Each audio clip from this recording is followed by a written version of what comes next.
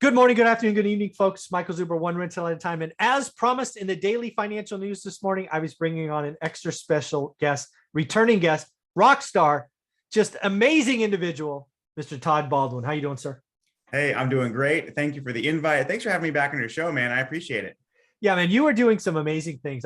Anytime I get with you, I have a blast. I learn something. I expand my personal visions of what is possible. So thank you for helping me and, of course, helping the entire One Rental at a Time family. I appreciate it. Absolutely.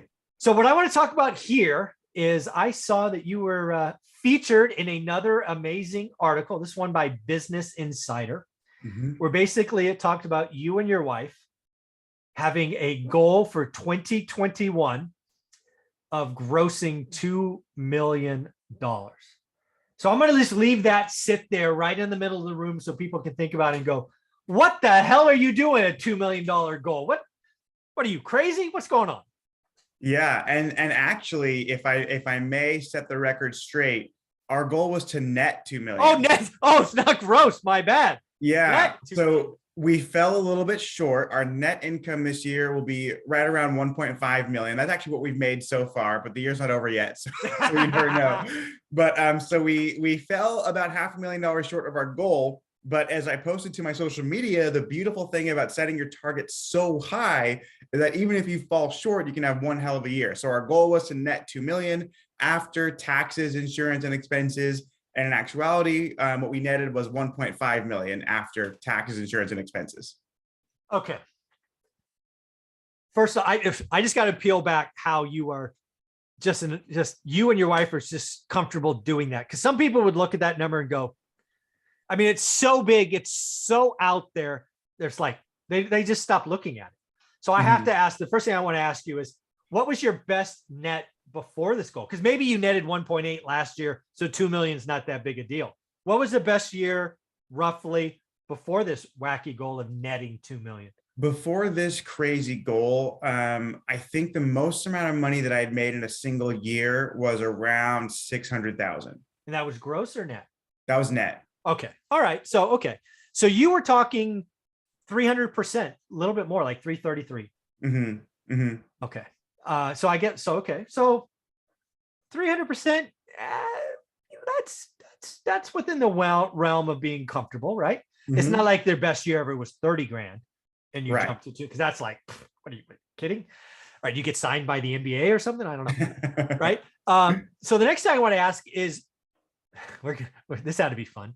Was this your goal or was it your goal, meaning your wife and yours? Was this Todd's goal and the wife just came along, or did you sit down together and plan it out and go, this is how I think we can get there? Or was this really Todd's goal? You know, I'm probably the driver of our financial goals because I have just crazy aspirations where she would be happy. She honestly would be happy if it was just like me and her in like a cabin in the woods or something. Like, as long as we have each other, she would be fine. But she is also ambitious, and she likes the lifestyle that we're building for ourselves. So although I was probably the driver, she was right there with me. Okay, so it definitely was our goal. Yeah, no, it's very important. Yeah, to have a spouse that's supportive and sort of on board. And it's exciting to talk about, right? Because it's one thing to have the goal, hey, it's January 1st, we're going to net $2 million this year, but you're talking about it during the year, right? It gets you excited, juices. It's fun, right? Yeah. We had a specific day where we made a good chunk of money. I think we made like 400,000 in a day, something like that. That doesn't suck, right? Yeah, that was a cool day. That was a really cool day. But the thing is, we're so like, and I know this sounds weird for anyone listening because we're talking about relatively big numbers, but we're such simple people that, like, to celebrate that, I think we went to like the Taco Bell drive-through. Like it wasn't anything crazy. Like Respect. It was just like, oh yeah, it was, like, we're not like fancy people. I don't really care for the, champagne and caviar. It's just not me, right? Like, give me a burger and a beer and I'm a happy man. So that is awesome. Yeah. So you're looking at this 2 million goal. Obviously, I'm going to guess your W-2 or your W-2, right? The collective unit. W-2 is probably not a big part of that. Maybe 10%, maybe something. Yeah. Yeah. That's actually really right on. Good for you. Yeah. Yeah. Well, because I left my W-2. So my wife is the only one that has a traditional job now. Okay. And she, she has a good job. She makes 6 figures, but And when you set the goal, though, you still were employed. let's see. January 1st. You had to January be 1st. because you left sometime in the summer, right? That's a good question. And it's early. When you set the goal, you did have a job, I think. I will say yes, but I honestly it's forget. Early, man. It's not that early. It's 9:30 in the morning. but let's just assume yes. But I might have to get back to you on that. What I'm going to guess happened is you had your job, but you knew you had to get out, so you only had it for a short time, probably. Right. That's probably what it was. Yeah. Which is okay, because again, right, you're staring at a $2 million net, which means the W-2 is not going to get you there. Very few folks have a W-2 that can, even in sales, right? You and I are in sales commission. You could probably do. Well, I'm going to take my last commission plan. My last commission plan, I technically could have done $2 million. Technically, like the math is there. I probably would have had to do like 4,000%. Right, something just unheard of, right? And they probably would have capped me and done something else. But so W-2 is not going to get you there. So okay. So now you're looking at this picture. You've got 10% of this 2 million covered. You got 90% to go. Obviously, you're in the real estate game, so you probably knew going into this that you were going to sell something and recognize a gain somewhere. You probably had that plan. Oh yeah. So was that 20%, 30%? Because again, you were mapping this out, going, honey, basically what I'm sensing in my mind is you had half that number done when you started, right? You planned it out. We're going to get 200 here from the W-2. We're going to get 300 or 400 from that sale. We're going to get something over here. So really what you're talking about is I had to go find the extra million. That's what I'm thinking is going on. Yeah. So basically the way we do our goals is we start with the end in mind. So let's say the goal is $2 million. Well, then we work backwards. It's like, okay, so what do we have to do to get this, to get that? I did the same thing when I was in sales too. Like if my goal was to make a couple $100,000, it was like, okay, well, how big is my average sale? How many sales do I have to get? How many calls do I have to make to get those sales, right? So you work backwards. Absolutely. So yes, part of our real estate strategy, pretty much here's what we do. My wife and I consistently buy houses in undervalued areas that are going through a transition or that are poised to go through a transition. We buy those houses, we lease them out by the bedroom, and we hold on to them for as long as that transition sort of takes, right? And in the meantime, we're making crazy cash flow because they're all house hacks, making tons of money. Then when the transition of the neighborhood or the town or whatever is sort of at its peak, or at least got a lot of development, a lot of appreciation, then we sell. Yeah. So this year just happened to be a year where we sold a lot of properties. But one sec, did you know that on January 1st? We knew that we would sell this year for sure. Okay, so that was part of the 2 million. Okay, perfect. Yes. I kind of backed into that being an answer. So good. I'm glad I'm on board. Okay. Yeah, absolutely. So basically, some of our properties we bought 5-6 years ago. Yeah. And right outside of Seattle. And since then, there's been a lot of new construction, development, new bars, restaurants, libraries, there's all the cool things going in. And then, I think I mentioned on your show last time I was on here, I ended up selling a house for about double what I paid for it, just a few years ago. Yeah. And again, folks, if you don't know this, Todd was gracious enough to add bonus content to my course, How to Get Started One Rental at a Time, talking about roommates and house hacking. He talks about taking his first $19,000, buying a house that ultimately netted him several $100,000, all while letting him live for free and putting thousands of dollars away. It's an amazing story. It's all there in the course. It's just awesome. So, okay. So you had a plan to sell some real estate.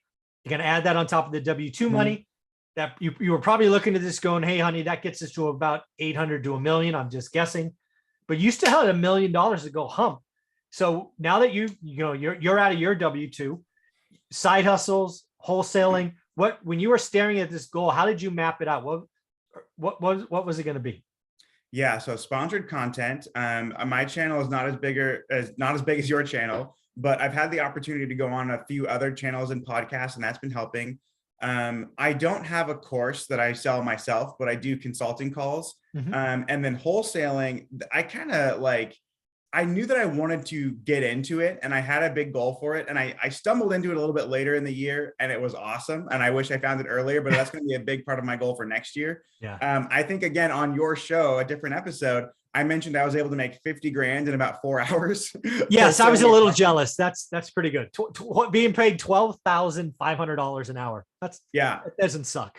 Yeah, it was awesome. And then YouTube stuff. And then this is a little bit, I can't share a ton of this, and we've talked about it before, but television opportunities.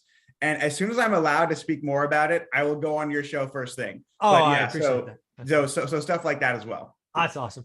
So again, what I want people to realize is you planned out the year before the year came, right? We're on to, it's December 18th, and now we're seeing the results. But what I'm trying to get people to realize is you had the vision for the year before the year started, right? Yeah. You had the rough path. You had the rough pieces. Yes, there was going to be work.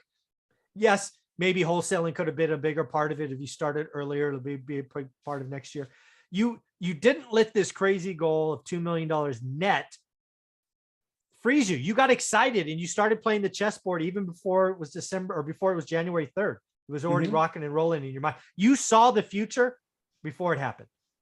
Yeah, for sure. I think actually January of this year, I had a transaction go through. So I was setting it up in December. Yeah, of course. For the January, and I think I made $270,000 the month of January of 2021. Right. That's great. Yeah.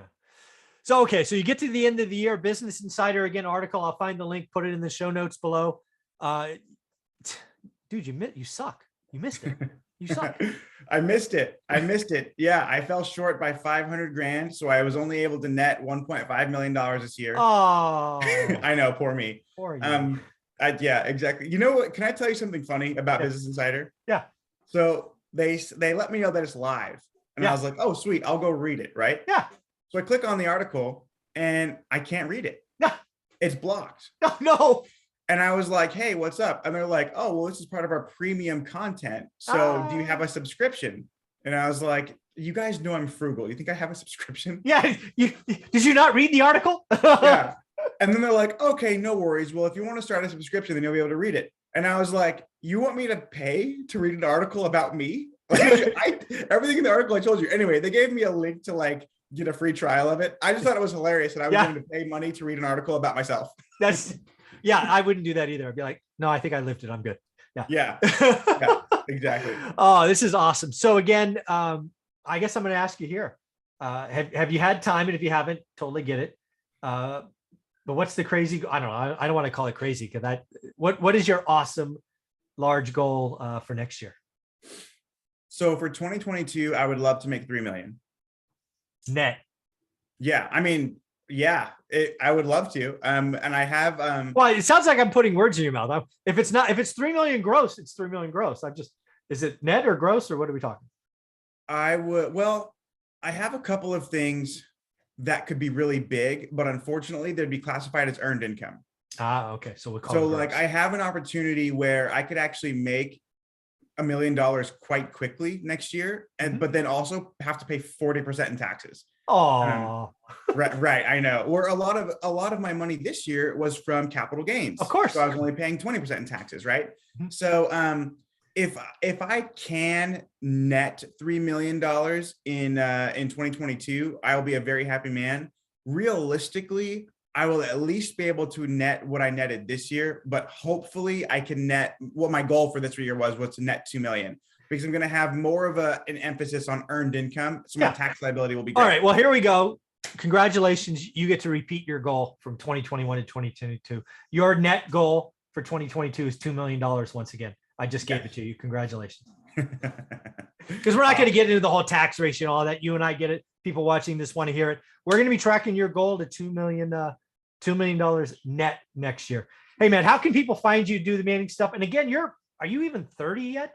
I'm 29. Turned 30 in May of 2022. You want to know something I consider really funny?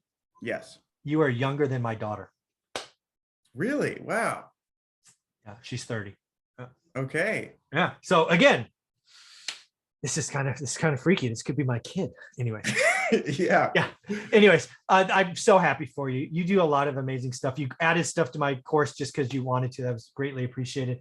What do you want to tell people that think it's impossible to do these things? You came from very humble beginnings.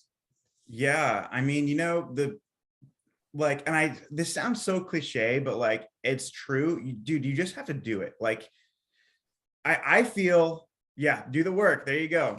I feel like life only presents you a handful of amazing opportunities. And you need to at least position yourself in a way so you can recognize what those opportunities are and execute on the ones that you want to do.